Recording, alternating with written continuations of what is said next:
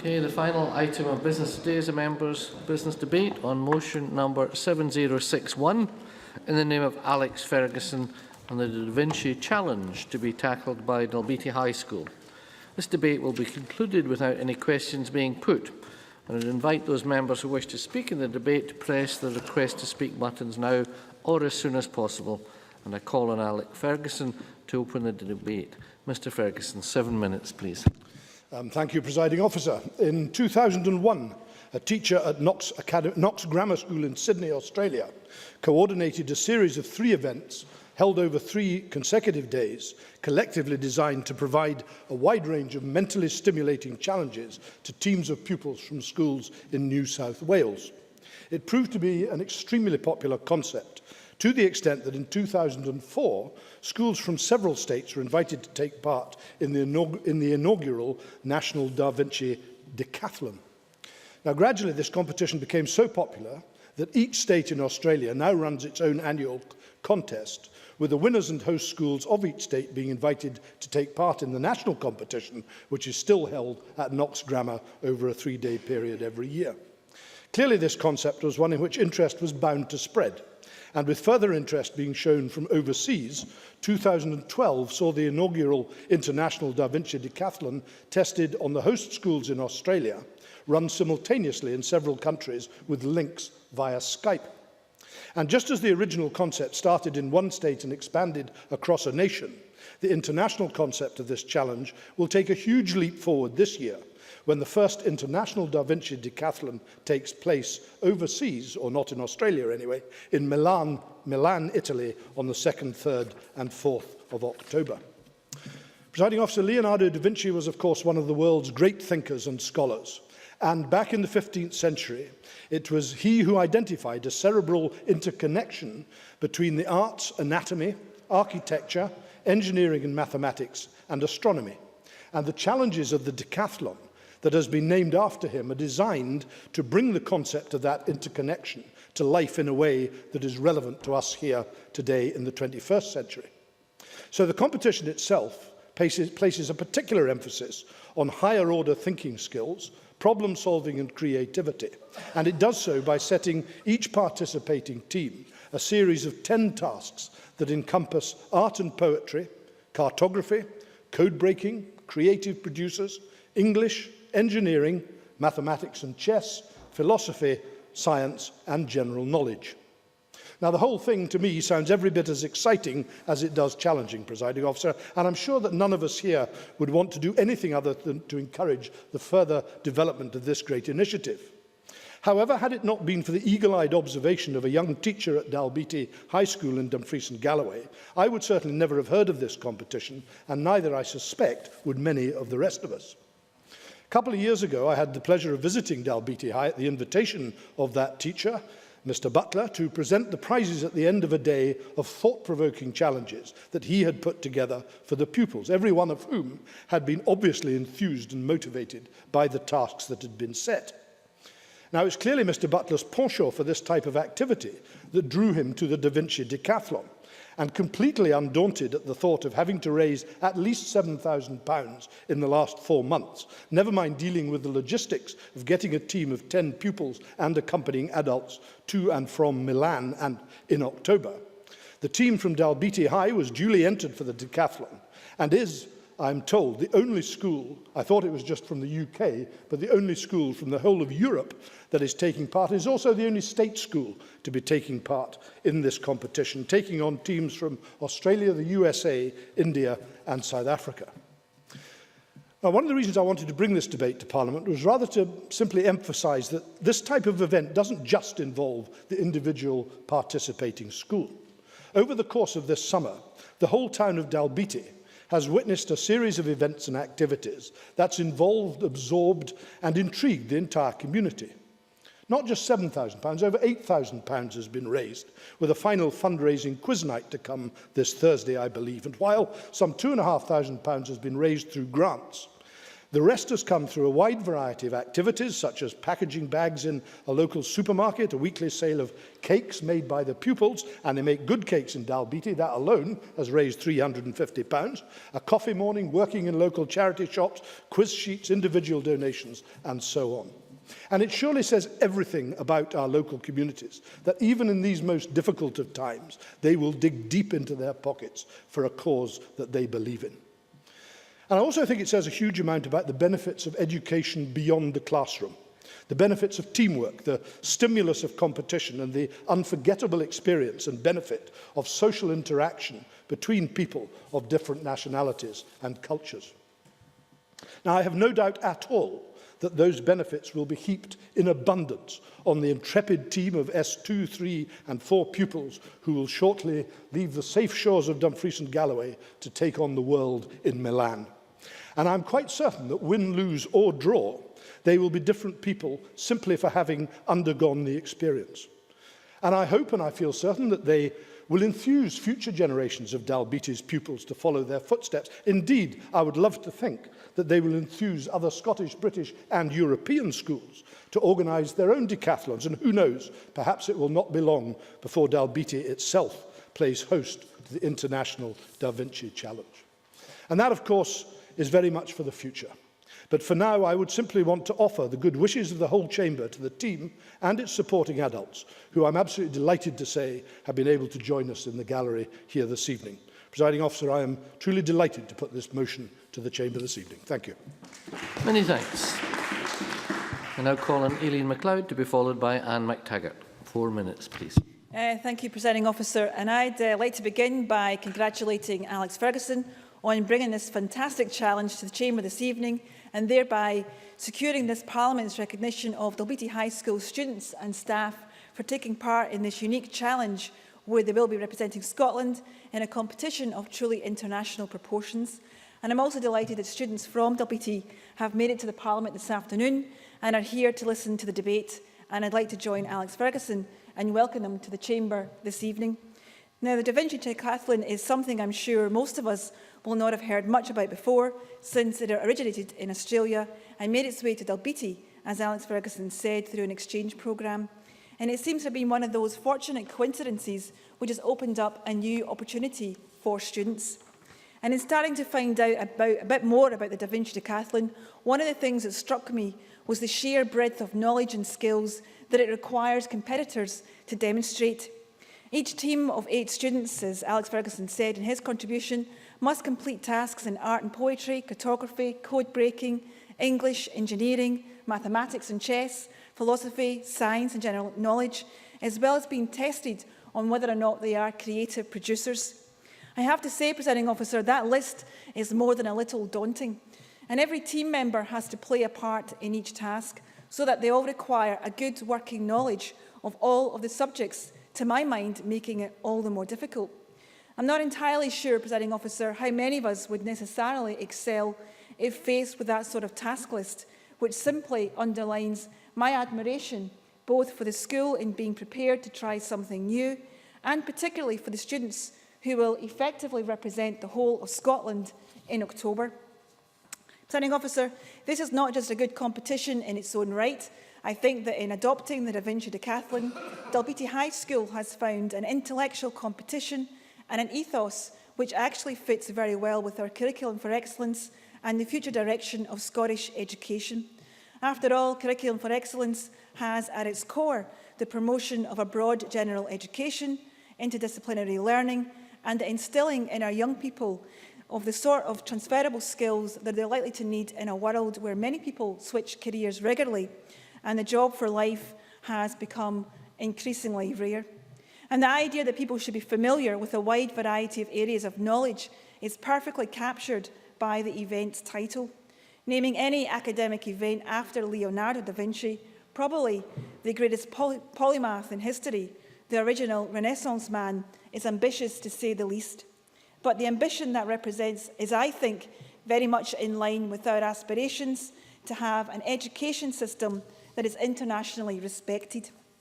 In closing, Presiding Officer, I think the Da Vinci Decathlon is something that other schools across Scotland should certainly consider for the future. I applaud Dalbeattie for being the first to try it, but it is a competition, and the more competitors there are, the better. Now, I hope to visit Dalbeattie High School soon, and indeed I'm sorry not to have got there sooner, because I also know that this is not the only exciting initiative the school is currently working on. And when I do so, I very much hope that the Cabinet Secretary will be able to join me. And I want to join everyone in this chamber in congratulating Sue Bain and Piers Butler at Dalbeattie High School for taking on the challenge of the decathlon, and most of all, to wish the Dalbeattie High School students who will be taking part in October in Milan the very best of luck, because we're all rooting for you here in this chamber. Thank you very much. Many, many thanks. Now call on Anne McTaggart to be followed by Liz Smith. Thank you, Presiding Officer, and congratulate Alex Ferguson in securing tonight's debate, headed the Da Vinci Challenge to be tackled by Dalbeattie High School. Presiding Officer, I am pleased to hear that Dalbeattie High School will be involved in such an exciting challenge, and wish them all the best with their endeavours in the very near future, and also welcome to Scottish Parliament. I would like to take this opportunity to raise the differing learning styles that are available not only to children and young people, but also adults living in communities across Scotland. Given my background and my degree qualification in community education, I would wish to highlight the roles that community learning and development plays and can play in complementing the formal education sector through a community development approach.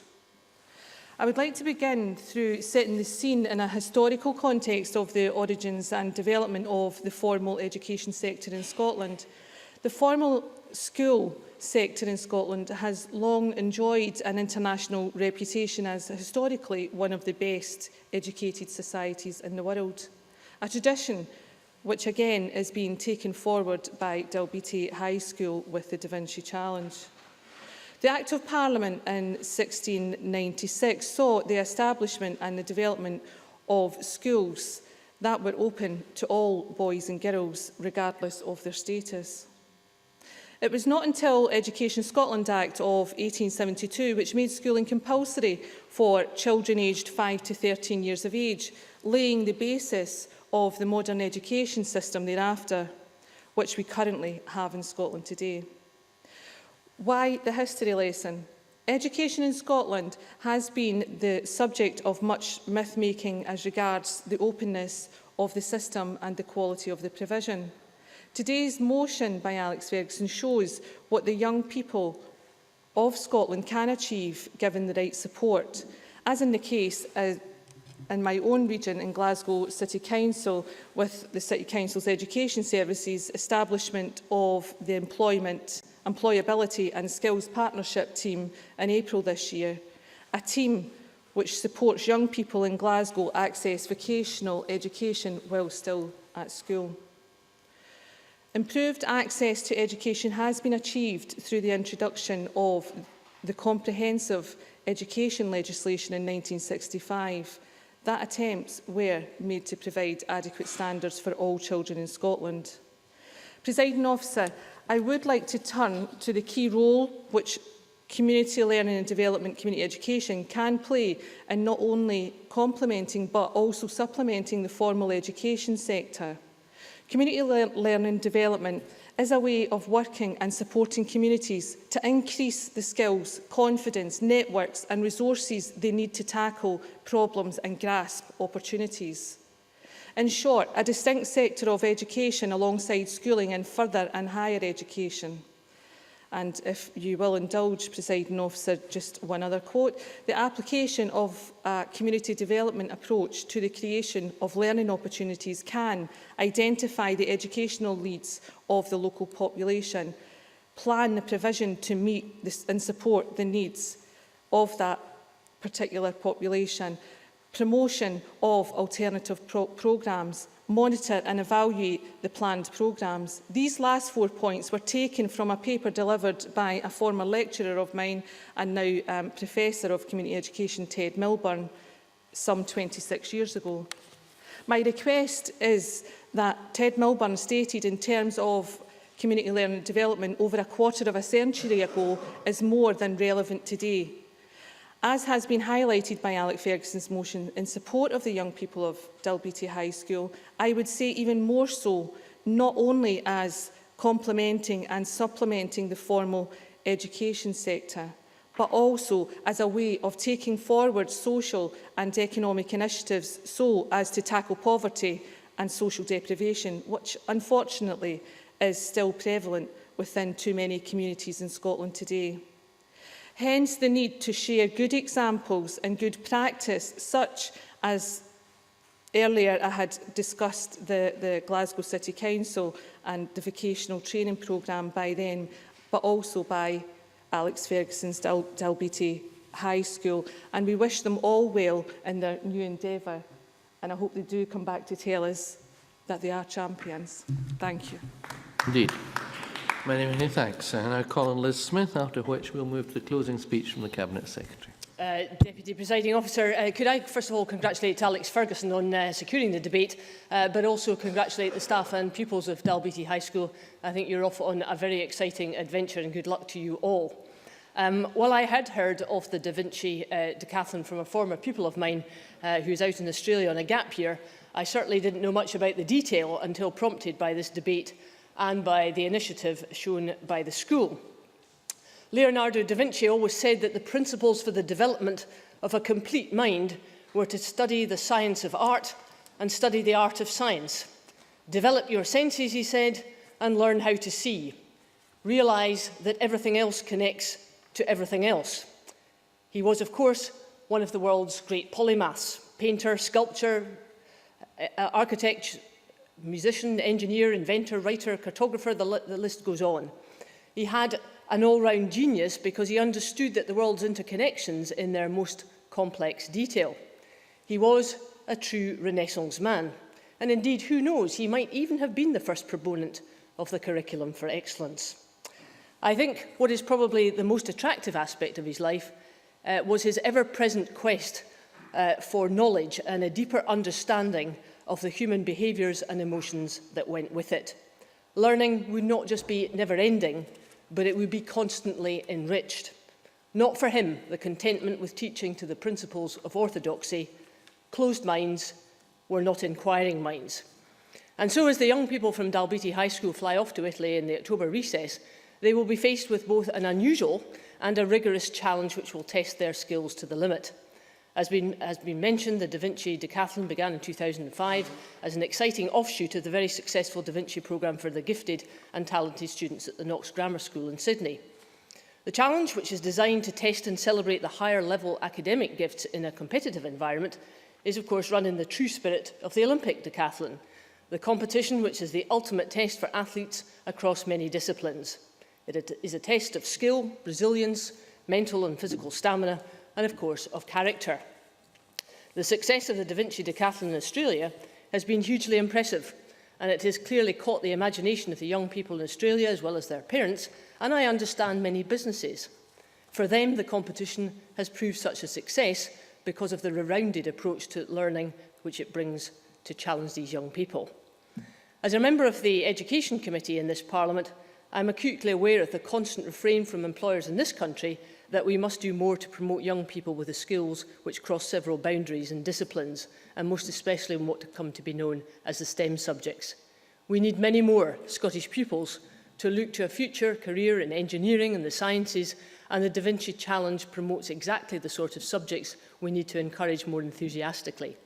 Indeed, one of the strong characteristics of the tradition of Scots inventors is the appreciation that to understand engineering, you need to understand how many other subjects interconnect too, and I think that's something that Da Vinci would very much have appreciated. Indeed, some would argue that there is very good reason for making engineering a compulsory subject, and I can see some logic in that. In the last few years, there has been a very pleasing increase in the number of schools making a determined effort to develop slightly different extracurricular activities. I know from my time as a teacher the benefits which these activities bring, particularly if they're that little bit different and most especially if they involve a trip abroad. The Dalbeattie High School pupils and teachers are to be very warmly congratulated on their initiative and also for their fundraising efforts which Alex Ferguson has described.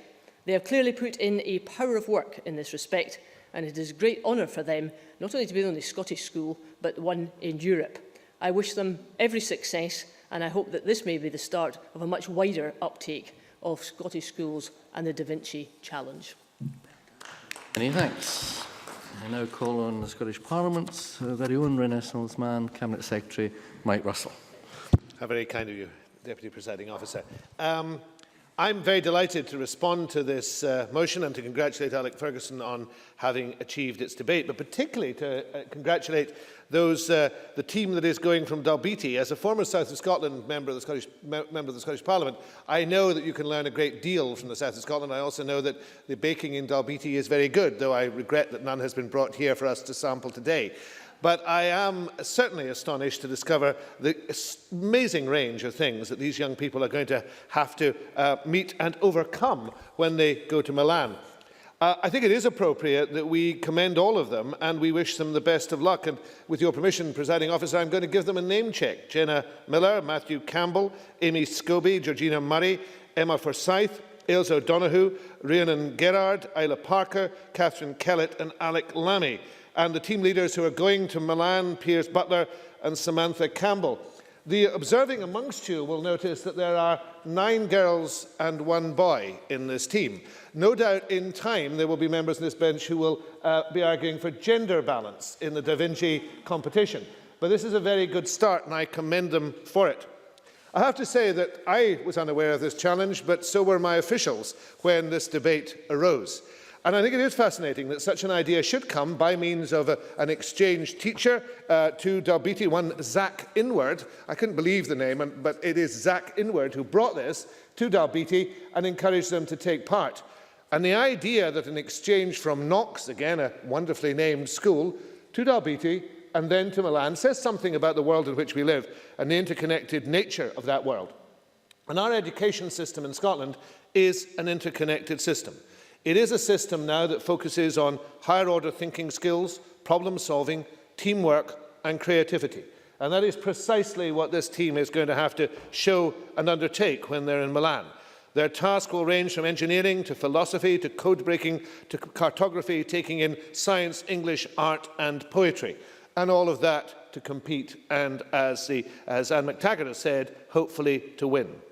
And it is a wonderful reflection, just one moment, it is a wonderful reflection on Dalbeattie that their young people are going. And it's a wonderful reflection on Scotland that our curriculum can support that type of activity.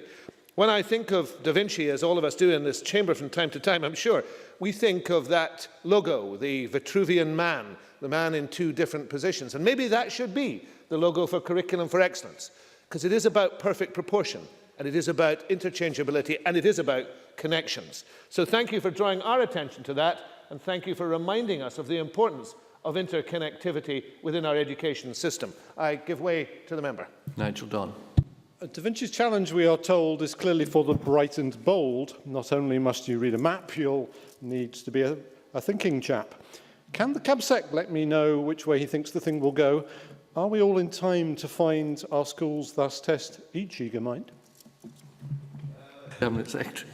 Poetry as well. I'm not entirely sure that Mr. Donne is going to win the Da Vinci Challenge. He might win another challenge with that. But I have to say that he is quite right to say that there is a lesson for us all to learn from this. And I want to just draw that lesson very briefly, Presiding Officer. Our curriculum reforms in Scotland are driving essential change with the learning journey from ages 3 to 18 and beyond. And Anne McTaggart was quite right to remind us of the role of community learning in that process, which is vitally important. The process of transformation required to deliver Curriculum for Excellence in full and improve Scottish education continues. We're committed to finishing the job of delivering a curriculum fit for the challenges of our modern world, even that most intensive challenge which Dalbeattie has stepped up to the plate to take. And the whole idea of this, what is an unprecedented programme of transformation, because Curriculum for Excellence isn't quite like anything that takes place elsewhere. And lots of people are looking to Scotland to understand this system and how it may benefit them. The purpose is to improve children and young people's achievements, attainment levels and life chances through nurturing every young person, every individual young person, as a successful learner, as a confident individual, as a responsible citizen and as an effective contributor. And that underpinning strength in Curriculum for Excellence will, I believe, benefit every school and every young person in Scotland. In relation to science, and Liz Smith is right to draw attention to the STEM subjects and to engineering, we have to make sure not just that our young people have those skills, but our teachers are very keen to impart those skills. And they actually see the importance of the STEM subjects in science and engineering is a connecting subject within school, and are keen to take those forward. We've also got to see other things too. The vision that we have as a government for language learning and teaching is important. We're the first part of these islands to commit ourselves to the Barcelona system of learning one's own language and 2 others. And over 2 school generations, we will roll that out, so that in actual fact Scotland's experience of languages will be transformed. And if Italian has not yet got to Dalbeattie, well, there will be some to be learnt during the October break. All across Scotland, Curriculum for Excellence is energising learning and teaching. It's making education more relevant to the modern world. It's giving young people the skills and knowledge they need to succeed in learning, life and work. And I hope it is also inculcating ambition. Ambition is a wonderful thing. And for Dalbeattie to have the ambition to compete, to take part in something that no Scottish school, no school in these islands, apparently no school in Europe has yet done, is a tremendous achievement. Because in Dalbeattie, as in the rest of Scotland, it is Scotland's learners, Dalbeattie's learners, who are the greatest natural resource. They are the investment for the future. They are what the future will be. Curriculum for Excellence is designed to support them, to take them forward, to allow them, through schools and other learning providers, to focus on individual need, but to do it within the context that we should never forget in this chamber, that education is not just an individual benefit. It is a societal benefit. And by investing in education, we invest in the whole future of our country. I'm grateful to Alec Ferguson for having brought this matter to the chamber. I'm grateful for the members who have made their contribution. I'm grateful most of all to the team from Dalbeattie, who will have heard all this praise and excitement today, and I hope enjoy it. But you have a lot of hard work to do. You have a lot of research to do. You have a lot of learning to do. You have a lot to work on in the next 6 weeks. So we shouldn't talk any longer. We should let you get on with it. Thank you. Many thanks. I now close this meeting of Parliament.